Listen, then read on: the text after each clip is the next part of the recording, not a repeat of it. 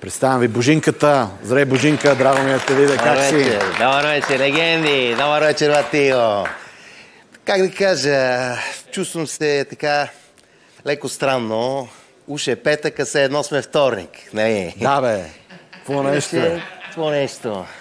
Иначе, как да кажа, това, че е петък, аз си мисля, че е четвъртък, ми се е случило и в сряда. Нали? Но... И като говорим, Батио, за дни, седи и се чудя. Защо понеделник е толкова далече от петък, а петък е толкова близо до понеделник? Виж каква несправедливост. Това е.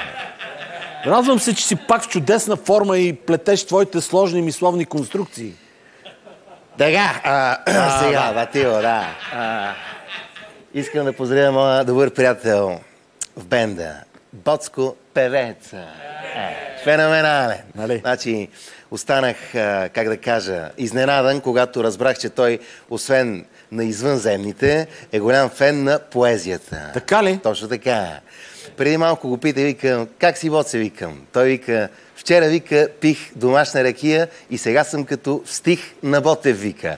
Очите мнеят, глава се люшка. Голям. Нали? Феноменален.